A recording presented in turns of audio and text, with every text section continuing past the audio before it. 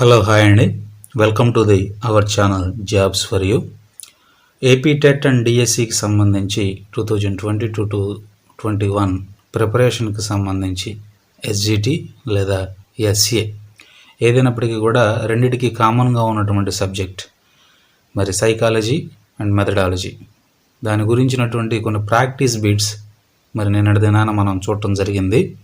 So December 1, 2020 నుండి మనం ఈ టెట్ అండ్ డిఎస్సికి సంబంధించినటువంటి క్లాసెస్ స్టార్ట్ చేసినట్లుగా మీకు ఆల్రెడీ తెలుసు.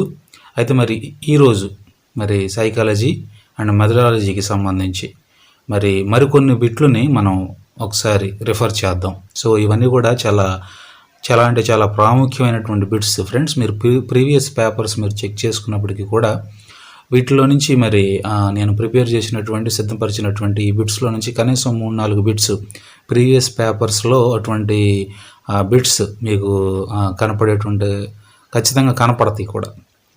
సో ఇవి చాలా ఇంపార్టెంట్ బిట్స్. ఇన్ కేస్ మీరు వీడియోని ఎండింగ్ వరకు కూడా మీరు చూడలేకపోయినా డిస్క్రిప్షన్స్లో ఈ బిట్స్కి సంబంధించినటువంటి సైకాలజీ సబ్జెక్ట్కి సంబంధించి PDF లింక్ డిస్క్రిప్షన్లో నేను ప్రొవైడ్ చేస్తాను. కావాల్సినటువంటి వారు ఆ లింక్ ద్వారా వెబ్సైట్లోకి వెళ్ళి దాన్ని మీరు డౌన్లోడ్ చేసుకోండి. అంత మాత్రమే కాదు, మన గ్రూప్కి సంబంధించినటువంటి వాట్సాప్ లింక్ కూడా నేను డిస్క్రిప్షన్లో పెడతానండి. ఇన్ కేస్ ఇంట్రెస్ట్ ఉన్నటువంటి వాళ్ళు జాయిన్ అవ్వండి. ఏదైనా ఫర్దర్ డిస్కషన్స్ ఉంటే మన గ్రూప్లో డిస్కస్ చేసుకోవచ్చు వీటన్నిటి గురించి. సో మర్చిపోకుండా సబ్జెక్ట్ వైజ్గా నేను ఒక్కొక్కటి కంప్లీట్ చేసుకుంటూ వెళ్తానండి. సైకాలజీ, తర్వాత తెలుగు, ఇంగ్లీష్, ఇట్లాగా ఒక్కొక్క సబ్జెక్ట్ మెథడాలజీ వైజ్గా నేను ఇంపార్టెన్స్ని బేస్ చేసుకొని 1 వీక్ ఈ సబ్జెక్టు, 1 వీక్ మరో సబ్జెక్టు అంటూ నేను ఈ విధంగా ప్రాక్టీస్ బిట్స్ని ప్రాక్టికల్గా మేము ముందు తీసుకొచ్చే ప్రయత్నం నేను చేస్తాను. సో మనం లేట్ చేయకుండా ఎస్జిటి అండ్ ఎస్ఏకి సంబంధించి కామన్ సబ్జెక్ట్ అయిన సైకాలజీ అండ్ మెథడాలజీ ప్రాక్టికల్గా ప్రాక్టీస్ బిట్ని, ప్రిపరేషన్ ప్రాక్టీస్ బిట్స్ని మనం ఇప్పుడు చూద్దాం ఒక్కొక్కటి. సో ఫ్రెండ్స్, ఇక్కడ మనం సైకాలజీ అండ్ మెథడాలజీకి సంబంధించినటువంటి ప్రాక్టీస్ బిట్స్ పేపర్లోకి వచ్చేసాం, PDF ఫార్మాట్లోకి. నిన్నటి బిట్స్ 18 బిట్స్ నిన్న మనం షేర్ చేసుకున్న ఇంపార్టెంట్ బిట్స్. సో దాని తరువాతి భాగం, దాని కంటిన్యూషన్ మనం ఇక్కడ చూడబోతూ ఉన్నాం. సో మనం ప్రశ్న చూసినట్టయితే, కౌన్సిలింగ్కి మంచి మార్గం అందించుటకు కౌన్సిలర్ చేపట్టవలసిన మొదటి చర్య ఏంటి? కౌన్సిలింగ్కి మంచి మార్గదర్శకత్వం అందించుటకు కౌన్సిలర్ చేపట్టవలసిన మొదటి చర్య. సో ఆప్షన్స్ చూద్దాం. ఉపయాత్మక ప్రశ్న ద్వారా సమాచారాన్ని రాబట్టడం. ఆప్షన్ బి చూద్దాం. సేకరించిన సమాచారం మరియు కౌన్సిలింగ్ భావ సూచనల ద్వారా సమస్యను విశ్లేషించడం. ఆప్షన్ సి కౌన్సిలింగ్తో మంచి సామరస్యతను ఏర్పరచుకోవటం. ఆప్షన్ డి ఉపయోగించుటకు సరైన సాధనాలను ఎన్నుకోవటం. సో ఆన్సర్ వచ్చేసి ఆప్షన్ సి ఫ్రెండ్స్, కౌన్సిలింగ్తో మంచి సామరస్యతను ఏర్పరచుకోవటం. సో కౌన్సిలింగ్కి మంచి మార్గదర్శనం అందించుటకు కౌన్సిలర్ చేపట్టవలసినటువంటి మొదటి చర్య ఏంటంటే అసలు ఆ కౌన్సిలింగ్తో మంచి సామరస్యతను ఏర్పరచుకోవటం. అప్పుడే మార్గదర్శనం చూపించడానికి అతనికి ఈజీ అవుతుంది. సో ఆన్సర్ వచ్చేసి ఆప్షన్ సి. సో నెక్స్ట్ ప్రశ్న మనం చూస్తే, అనిర్దేశిత మంత్రణము ఇలా కూడా అంటారు. దానికి ఉన్నటువంటి మరొక పేరు ఏంటి అనేది మనం చూసినట్లయితే, ఆప్షన్స్ ఏ సహాయార్థి కేంద్రిత మంత్రణము, ఆప్షన్ బి సమస్య కేంద్రిత మంత్రణము, ఆప్షన్ సి కౌన్సిలర్ కేంద్రిత మంత్రణము, ఆప్షన్ డి శ్రేష్ఠ గ్రహణ మంత్రము లేదా మిశ్రమ మంత్రణము. సో ఆన్సర్ వచ్చేసి ఆప్షన్ ఏ ఫ్రెండ్స్, సహాయార్థి కేంద్రిత మంత్రము. అనిర్దేశిత మంత్రణమును ఇలాగా కూడా అంటారు. సో ఏంటంటే అది సహాయార్థి కేంద్రిత మంత్రణము. సో నెక్స్ట్ క్వశ్చన్ చూద్దాం. శ్రేష్ఠ గ్రహణ కౌన్సిలింగ్లో కింద ఇచ్చినటువంటి ఆప్షన్లో ఎవరు ప్రాముఖ్యత వహిస్తారనేది మనం చూద్దాం. శ్రేష్ఠ గ్రహణ కౌన్సిలింగ్లో ఆప్షన్స్ చూస్తే, కౌన్సిలర్ ప్రముఖ స్థానం వహిస్తాడు. ఆప్షన్ బి కౌన్సిలర్ మరియు కౌన్సిలీ ఇద్దరూ కూడా నిష్క్రియాత్మకంగా ఉంటారు. ఆప్షన్ సి వివిధ రకాల మంత్రణల ద్వారా, ఆ వివిధ రకాలైనటువంటి మంత్రణల నుంచి మంచి విషయాలను గ్రహించి వాటిని అమలు చేస్తారు. ఆప్షన్ డి కౌన్సిలర్ ప్రముఖ స్థానము వహిస్తాడు. సో ఆన్సర్ వచ్చేసి శ్రేష్ఠ గ్రహణ కౌన్సిలింగ్లో మరి వివిధ రకాలైన మంత్రణల నుంచి మంచి మంచి విషయాలు గ్రహించి వాటిని అమలు చేస్తారు ఫ్రెండ్స్. సో ఆన్సర్ వచ్చేసి ఆప్షన్ సి. సో నెక్స్ట్ ప్రశ్నలోనికి మనం వెళ్తే సహాయార్థ కేంద్రిత మంత్రణాన్ని అసలు రూపొందించినటువంటి వారు ఎవరు? సహాయార్థ కేంద్రిత మంత్రాన్ని రూపొందించినటువంటి వారు ఎవరు? ఇందాకే మనం దాని మరో పేరు చూసాం. అయితే దాన్ని అసలు నిర్మించినటువంటి వారు, రూపొందించినటువంటి వారు ఎవరు? సో కింద మనం ఆప్షన్స్ చూస్తే option A Carl Rogers, option B Williamson, option C Thorne, option D కిస్టాన్. సో ఆన్సర్ వచ్చేసి option A Carl Rogers. So next question చూద్దాం. ఈ క్రింది వాటిలో ఒకటి నిర్దేశిత మంత్రణముకు సంబంధించింది కాదు. సో నిర్దేశిత మంత్రణము ఏదైతే ఉందో దానికి క్రింద ఇవ్వబడినటువంటి ఆప్షన్స్లో ఒకటి సంబంధించింది కాదంటే మిగిలిన సంబంధించినవి. సో ఆ సంబంధించినటువంటి ఆప్షన్ని ఎన్నుకోమని ఇక్కడ ప్రశ్న అడగడం జరిగింది. సో మనం ఆప్షన్ చూద్దాం. నిర్దేశిత మంత్రం మనకు ఒకటి సంబంధించింది కాదు క్రింది వాటిలో. సో ఆప్షన్ ఏ దీన్ని కౌన్సిలర్ కేంద్రిత కౌన్సిలింగ్ అని కూడా అంటారు. ఆప్షన్ బి కౌన్సిలర్ ముఖ్య పాత్ర వహిస్తాడు. ఆప్షన్ సి సహాయార్థికి సహాయం త్వరగా అందుతుంది. ఆప్షన్ డి సహాయార్థికి తన సమస్యలు చెప్పుకోవడానికి స్వేచ్ఛ ఉంటుంది. So option B, C, D ఇవన్నీ కూడా నిర్దేశిత మంత్రణం కింద వస్తాయి ఫ్రెండ్స్. సో ఆన్సర్ వచ్చేసి మరి ఆ మంత్రణం కింద రానటువంటి పాయింట్ ఏంటంటే ఆప్షన్స్లో ఆప్షన్ ఏ దీన్ని కౌన్సిలర్ కేంద్రిత కౌన్సిలింగ్ అని కూడా అంటారు. కౌన్సిలర్ ముఖ్య పాత్ర వహిస్తాడు, ఇది వాస్తవం దాంట్లో. అయితే ఆయన చుట్టూ తిరిగేటువంటి ఆయన మాత్రమే కేంద్రంగా ఉన్నటువంటి మంత్రణం కాదు ఫ్రెండ్స్ ఇది. సో ఆప్షన్ వచ్చేసి ఆప్షన్ ఏ దీన్ని కౌన్సిలర్ కేంద్రిత కౌన్సిలింగ్ అని కూడా అనరు, అది అంటారు అనేటువంటిది దాన్ని అనరు. సో ఆన్సర్ వచ్చేసి ఆప్షన్ ఏ. సో నెక్స్ట్ ప్రశ్న మనం చూస్తే తరగతి గదిలో విద్యార్థులు నెక్స్ట్ క్వశ్చన్ మనం చూస్తే 24. తరగతి గదిలో విద్యార్థులు స్వీయ అభ్యాసాన్ని మరియు జ్ఞాన నిర్మాణాన్ని పెంపొందించడానికి ఉపాధ్యాయుడు వహించవలసినవి. తరగతి గదిలో విద్యార్థులు స్వీయ అభ్యాసాన్ని అంటే వారంతట వారే అభ్యసించడానికి మరియు వారి జ్ఞాన నిర్మాణాన్ని అంటే వారి మెచ్యూరిటీ లెవెల్స్ ఇంక్రీజ్ చేయడానికి, నాలెడ్జ్ లెవెల్స్ ఇంక్రీజ్ చేయడానికి ఉపాధ్యాయుడు ఉపాధ్యాయుడు కలిగి ఉండవలసినటువంటి నాయకత్వం ఏమిటి? సో ఆన్సర్స్ చూస్తే ఆప్షన్ ఏ సంస్థాగత నాయకత్వం, ఆప్షన్ బి అనుమతిపూర్వక నాయకత్వం, ఆప్షన్ సి నిర్దేశిత నాయకత్వం, ఆప్షన్ డి ప్రభావం చూపే నాయకత్వం. సో ఆన్సర్ వచ్చేసి అనుమతిపూర్వక నాయకత్వం ఫ్రెండ్స్. సో తరగతి గదుల విద్యార్థులు స్వీయ అభ్యసనాన్ని అదేవిధంగా జ్ఞాన నిర్మాణాన్ని పెంపొందించడానికి ఉపాధ్యాయుడు తప్పనిసరిగా కలిగి ఉండవలసినటువంటి నాయకత్వం అనుమతిపూర్వక నాయకత్వం. సో నెక్స్ట్ ప్రశ్న చూస్తే తరగతి గదిలో భయరహిత వాతావరణాన్ని కల్పించే సరైన ఉపాధ్యాయ నాయకత్వ విధానం ఏంటి? తరగతి గదిలో భయరహిత అంటే భయం లేకుండా ఉండేటువంటి వాతావరణాన్ని, భయం అంటే పిల్లలు చాలామంది భయపడుతూ ఉంటుంటారు టీచర్ వస్తే. సో అటువంటి భయరహిత వాతావరణం అంటే భయం లేనటువంటి ఒక క్లైమేట్ని తరగతి గదిలో క్రియేట్ చేయడానికి మరి ఆ ఉపాధ్యాయుడు కలిగి ఉండవలసినటువంటి నాయకత్వ విధానం ఏంటి? సో ఆప్షన్స్ చూద్దాం. నియంతృత్వ విధానం, అధికారిక నాయకత్వం, ప్రజాస్వామ్యయుత్వం, D laissez faire. So answer వచ్చేసి ప్రజాస్వామ్యయుత్వం ఫ్రెండ్స్. అందరినీ కూడా కలుపుకొని నడిచేటువంటి ఒక తత్వం ఇది. సో ప్రజాస్వామ్యయుత్వం తరగతి గదిలో భయరహిత వాతావరణాన్ని కల్పించడం, భయం లేకుండా ఉండేటువంటి ఒక క్లైమేట్ని కల్పించడానికి ఉపాధ్యాయుడు ఖచ్చితంగా కలిగి ఉండవలసినటువంటి ఒక లక్షణం ఏంటంటే ప్రజాస్వామ్యయుతం.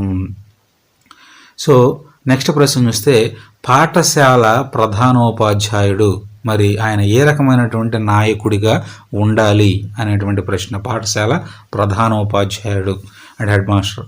సో ఆప్షన్స్ చూస్తే సముపార్జిత నాయకుడు, ఆపాదిత నాయకుడు, ప్రభావం చూపే నాయకుడు, సమ్మోహన నాయకుడు. సో ఆన్సర్ వచ్చేసి ఆపాదిత నాయకుడు ఫ్రెండ్స్. పాఠశాల ప్రధానోపాధ్యాయుడు ఆపాదిత నాయకుడి కింద వస్తాడు. సో నెక్స్ట్ ప్రశ్న చూద్దాం. శివరాం అనేటువంటి ఉపాధ్యాయుడు ఎప్పుడు ఇతరుల అభిప్రాయాన్ని అతను తీసుకోడు. శివరాం అనేటువంటి ఉపాధ్యాయుడు ఇతరుల అభిప్రాయాన్ని అతను ఎప్పుడు కూడా తీసుకోడు. నిర్ణయాలు తనంతట తానే స్వయంగా తీసుకుంటాడు. తరగతి పిల్లల్ని తరగతి పిల్లల్ని వాటిని పాటించమని సూచనలు ఇస్తుంటాడు. సో శివరాం అనేటువంటి ఉపాధ్యాయుడు ఇతరుల అభిప్రాయాన్ని ఎప్పుడు తీసుకోడు, నిర్ణయాలు తానే తీసుకొని తన నిర్ణయాల ప్రకారంగా తరగతిలో ఉన్నటువంటి పిల్లల్ని వాటిని పాటించమని సూచనలు ఇస్తుంటాడు. సో శివరాం అనేటువంటి వ్యక్తి ఏ రకమైనటువంటి నాయకుడి కింద వస్తాడు? సో ఆప్షన్స్ చూస్తే జోక్యరహిత నాయకుడు, ఆప్షన్ బి అనుమతించే నాయకుడు, ఆప్షన్ సి సహభాగి నాయకుడు, ఆప్షన్ డి అధికార పూర్వక నాయకుడు. సో ఆన్సర్ వచ్చేసి తనంతట తాను నిర్ణయాలు తీసుకుంటూ వాటిని పిల్లల మీద రుద్దటానికి ప్రయత్నించేటువంటి ఉపాధ్యాయుడికి ఉండేటువంటి మరి అతను ఏ కేటగిరీ కిందకు వస్తాడో అతను అధికారాన్ని మరి చూపించడానికి ప్రయత్నించే విధానంగా ఈ ప్రశ్న మనకు కనపడుతుంది. కాబట్టి సో శివరాం అనేటువంటి అటువంటి లక్షణాలు ఉన్నటువంటి ఉపాధ్యాయుడు అధికారపూర్వక నాయకుడు కేటగిరీ కిందకు వస్తాడు ఫ్రెండ్స్. సో ఆన్సర్ చూస్తే ఆప్షన్ డి అధికారపూర్వక నాయకుడు. సో నెక్స్ట్ ప్రశ్న చూద్దాం. సమూహంలో నామమాత్రపు నాయకుడిగా ఉండి సభ్యులు కోరిన మీదట సలహాలు ఇచ్చే నాయకత్వం. ఒక గ్రూప్ ఉంటుంది, ఒక మెంబర్, ఒక ఛాంబర్ ఉంటుంది. సో అందులో చాలామంది వ్యక్తులు ఉంటారు, దాన్ని సమూహం అంటారు. సో వారిలో కేవలం నామమాత్రపు నాయకుడిగా ఉండి ఇన్కేస్ సభ్యులు ఒకవేళ వారి అభిప్రాయాలు సలహాలు కోరుకుంటే ఆ సలహాలు ఇచ్చేటువంటి ఆ నాయకత్వం మరి ఎటువంటి నాయకత్వం కిందకు వస్తుంది? ఇది ప్రశ్న. సో ఆప్షన్స్ చూస్తే అది సహభాగి నాయకత్వం, ఆప్షన్ బి అనుజ్ఞ నాయకత్వం, ఆప్షన్ సి నిర్దేశిత నాయకత్వం, ఆప్షన్ డి అసంకల్పిత నాయకత్వం. సో ఆన్సర్ వచ్చేసి అనుజ్ఞ నాయకత్వం. అంటే నామకార్థపు నాయకుడిగా ఉండి సభ్యులు కోరితే సలహాలు ఇచ్చేటువంటి నాయకత్వాన్ని అనుజ్ఞ నాయకత్వం అని అంటారు అన్నమాట. సో ఇంపార్టెంట్ బిట్ ఫ్రెండ్స్ ఇది. 29 మనం చూస్తే బెదిరింపులు ఉండని అభ్యాసన వాతావరణాన్ని సృష్టించుటకు ఉపాధ్యాయునితో ఇటువంటి నాయకత్వ శైలి సరైనది. సో బెదిరింపులు ఉండని అభ్యాసన వాతావరణాన్ని అంటే క్లాస్ రూమ్లో పిల్లల్ని కొంతమంది సార్లు బెదిరిస్తూ ఉంటారు టీచర్లు, హోంవర్క్ చేసుకొని రాకపోతే ఇంకేం లేదన్నట్లుగా కోపాన్ని వ్యక్తపరుస్తూ ఉంటారు. సో పిల్లలు భయపడేటువంటి అవకాశం ఉంటుంది. సో అటువంటి బెదిరింపులతో కూడా అభ్యసించేలాగా పిల్లల్ని ప్రేరేపిస్తుంటారు కొంతమంది. సో ఆ విధంగా కాకుండా బెదిరింపులు ఉండని అభ్యాసన వాతావరణాన్ని సృష్టించుటకు అంటే పిల్లల్లో అటువంటి ఆ వాతావరణం అనేది పిల్లల మనసుల్లోకి లేకుండా అటువంటి వాతావరణాన్ని సృష్టించేందుకు ఉపాధ్యాయంలో ఇటువంటి నాయకత్వ శైలి ఉంటే అది సరైనటువంటి నాయకత్వ శైలి. సో అటువంటి నాయకత్వ శైలి ఏంటి? ఆప్షన్స్ మనం చూస్తే భాగస్వామ్య నాయకత్వం, ఆకర్షణీయ నాయకత్వం, నియంతృత్వ నాయకత్వం, జోక్యరహిత నాయకత్వం. సో ఏంటంటే ఆప్షన్స్ ఆన్సర్ ఏంటంటే భాగస్వామ్య నాయకత్వం. సో భాగస్వామ్య నాయకత్వం ఉంటే అందరితోటి కూడా డిస్కస్ చేసుకుంటూ ఆ విధంగా మరి అటువంటి మరి బెదిరింపులు ఉండేటువంటి పరిస్థితుల నుంచి మరి అందరినీ కూడా బయటికి తీసుకొచ్చేసి అభ్యాసం చక్కగా జరిగించేటువంటి వాతావరణాన్ని అక్కడ క్రియేట్ చేయడానికి ఎంతో దోహదపడుతుంది. సో ఆన్సర్ వచ్చేసి భాగస్వామ్య నాయకత్వం.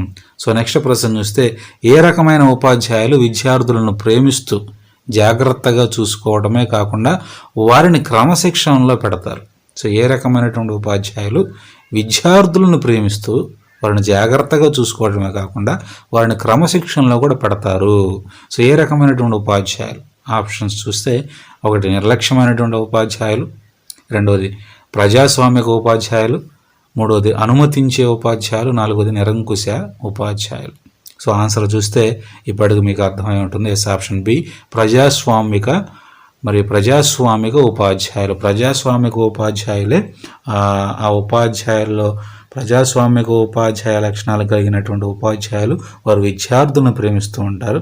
అంత మాత్రమే కాదు వారి గురించి కొంచెం జాగ్రత్త వహిస్తారు. ఆ పైన వారిని క్రమశిక్షణలో పెట్టేటువంటి ప్రయత్నం చేస్తారు, క్రమశిక్షణలో పడతారు కూడా. సో ఆన్సర్ వచ్చేసి ప్రజాస్వామిక ఉపాధ్యాయులు. నెక్స్ట్ ప్రశ్న మనం చూద్దాం. ఏ విధమైన నాయకత్వంలో నాయకుడు ఒక్కడే నిర్ణయాలు తీసుకుంటాడు? సో ప్రశ్న వినగానే మీకు ఆన్సర్ అర్థమైపోయి ఉంటుంది. ఏ విధమైన నాయకత్వంలో నాయకుడు ఒక్కడే నిర్ణయాలు తీసుకుంటాడు? సో నాయకుడు ఒక్కడే నిర్ణయాలు తీసుకునేటువంటి నాయకత్వం అది నిరంకుశ నాయకత్వం. చాలా కామన్గా అందరికి తెలిసినటువంటిదే. సో అయినప్పటికీ కూడా మనం ఆప్షన్స్ చూద్దాం. నిరంకుశ నాయకత్వం, ప్రజాస్వామ్య నాయకత్వం, లైసెన్స్ ఫెయిర్ నాయకత్వం, అనుమతించే నాయకత్వం. So answer is as usual option A నిరంకుశ నాయకత్వం. తర్వాత ప్రశ్న మనం చూద్దామండి. విద్యార్థులలో నాయకత్వపు లక్షణాలను పెంపొందించవలసినది ఏంటి? విద్యార్థులలో అభ్యసించే విద్యార్థులలో నాయకత్వ లక్షణాలను పెంపొందించడానికి మరి ఎవరు ఎక్కువ సహాయపడతాడు? విద్యార్థుల నాయకత్వ లక్షణాలు పెంపొందించగలిగేటువంటి అవకాశం మరి కింద ఇవ్వబడినటువంటి ఆప్షన్స్లో ఎవరికి ఎక్కువగా ఉంటుంది? ఈ కోణంలో కూడా మనం ఆలోచించవచ్చు. సో చాలా ఇంపార్టెంట్ బిట్ ఫ్రెండ్స్ ఇది. ఆప్షన్ ఏ ఉపాధ్యాయుడు, ఆప్షన్ బి ప్రధానోపాధ్యాయుడు, option C class teacher, option D సాంఘిక శాస్త్ర ఉపాధ్యాయుడు. సో మనం చూస్తే ఉపాధ్యాయుడే విద్యార్థులతో వీలైనంత వరకు డైరెక్ట్ అటాచ్మెంట్ కలిగి ఉంటాడు. ఉపాధ్యాయుడు అంటే కేవలం ఒక సబ్జెక్టుకి సంబంధించినటువంటి వాడు కాదండి. సో అన్నిటికీ కలిపి మరి వారిని ఉపాధ్యాయులు అంటారు. సో ఉపాధ్యాయుడు అనేటువంటి వాడు విద్యార్థుల నాయకత్వ లక్షణాలను పెంపొందించడానికి తాను చాలా మరి దోహదపడగలిగినటువంటి వాడు. సో తాను ఆ విధంగా చేయగలడు కూడా, విద్యార్థుల నాయకత్వ లక్షణాలని పెంచగలడు కూడా ఉపాధ్యాయుడు అనేటువంటి వాడు. సో ఉపాధ్యాయుడు is the correct answer. So answer చూస్తే ఆప్షన్ ఏ ఉపాధ్యాయుడు. సో 33 ప్రశ్న మనం చూస్తే, మేము చెప్పేది సరైనది, ఆదేశాలను పాటించండి అని చెప్పేటువంటి నాయకుడు. అంటే మేము చెప్పేది సరైనది, తప్పకుండా మీరు ఆదేశాలను పాటించాలి అనేటువంటి చెప్పే ఆ నాయకుడు ఎటువంటి ఏ కేటగిరీకి చెందినటువంటి నాయకుడు? సో ఆప్షన్ చూస్తే అంధకారయుత నాయకుడు, ప్రజాస్వామ్య నాయకుడు, అధికారయుత నాయకుడు, ఆప్షన్ డి అనుజ్ఞ నాయకుడు. సో ప్రశ్న చూస్తేనే మనకు అందులో ఒక అధికారం చాలా క్లియర్గా మనకు కనపడుతుంది. మేము చెప్పింది సరైంది, ఆదేశాలు పాటించండి. సో ఇందులో ఒక అధికారంతో కూడినటువంటి మరి మాటలు కనపడుతున్నాయి కాబట్టి యాజ్ యూజువల్ ఆన్సర్ వచ్చేసి ఆప్షన్ సి అధికారయుత నాయకుడు ఫ్రెండ్స్. సో ప్రశ్నలోనే కొన్ని సందర్భాల్లో మనకు కావాల్సినటువంటి ఆన్సర్ ఉంటుంది. కొంచెం మనం 6th సెన్స్ తోటి దాన్ని గెస్ట్ చేయగలం కూడా. సో కొన్నిసార్లు ఇటువంటి బిట్స్ కూడా వస్తూ ఉంటాయి. అవి చాలా ఈజీ బిట్స్ అయితే మనం కొంచెం గమనించగలగాలి. సో ఇది కూడా important bit friend. So next ప్రశ్న మనం చూద్దాం. ఆదేశాలను పాటించని వారిని నిర్దాక్షిణ్యంగా శిక్షించేవారు ఎవరు? అంటే ఆదేశాలను ఇందాకైతే మనం చెప్పుకున్న ఆదేశాలు పాటించడం అనేటువంటి నాయకుడని. సో ఆ ఆదేశాలను పాటించినటువంటి వారు నిర్దాక్షిణ్యంగా శిక్షించేటువంటి వారు కొంతమంది ఉంటారు. సో అటువంటి నాయకత్వ లక్షణాలు కలిగినటువంటి వాడిని ఆయన్ని ఏ కేటగిరీ కింద ఆ నాయకుడిగా అభివర్ణిస్తారు? సో మనం ఆప్షన్స్ చూస్తే ఆదేశాలు పాటించని వారిని నిర్దాక్షిణ్యంగా శిక్షించే నాయకుడు ఏ కేటగిరీ కిందకు వస్తాడో మనం ఆప్షన్స్ చూస్తే ఆప్షన్ ఏ అధికారయుత నాయకుడు, ఆప్షన్ బి ప్రజాస్వామ్య నాయకుడు, ఆప్షన్ సి నిపుణులు, ఆప్షన్ డి సంస్థాగత నాయకుడు. సో ఇందాక ప్రశ్నలో మనం చూసాం అధికారం అనేది ఎక్కడ కనపడుతుందో, ఈ ప్రశ్నలో కూడా అధికారం బాగా క్లియర్గా కనపడుతుంది. ఆదేశాలను పాటించని వారిని నిర్దాక్షిణ్యంగా శిక్షించేవాడు తన అధికారాన్ని మరి ప్రదర్శించాలని చూసుకునేటువంటి వాడే. సో ఆన్సర్ వచ్చేసి ఆప్షన్ ఏ అధికారయుత నాయకుడు. సో ఇటువంటి ప్రశ్నలు ప్రత్యేకంగా నేను ఎందుకు మీకు 3-4 ప్రశ్నలు 1 by 1 నేను పెట్టానంటే ప్రశ్నలోనే మనకు కావాల్సినటువంటి ఆన్సర్ దిక్సూచిగా మనకు పనిచేస్తుంది. అది మీకు అవగాహన రావడం కోసం ఈ విధమైనటువంటి బిట్స్ నేను కొన్ని ఈ సైకాలజీ ఈరోజు సబ్జెక్టులో నేను పొందుపరచాలని ఉద్దేశించి ఈ విధంగా నేను చేశాను ఫ్రెండ్స్. సో మీకు అర్థమైందని నేను అనుకుంటాను. సో నెక్స్ట్ ప్రశ్న మనం చూద్దాం. విద్యార్థులలో ఎవరికైనా ఒకరికి అభ్యాసన వైకల్యం ఉన్నట్లయితే ఈ క్రింది విద్యార్థి కేంద్రీకృత సూత్రాలలో మరి ఉపాధ్యాయుడు పరిగణించవలసింది.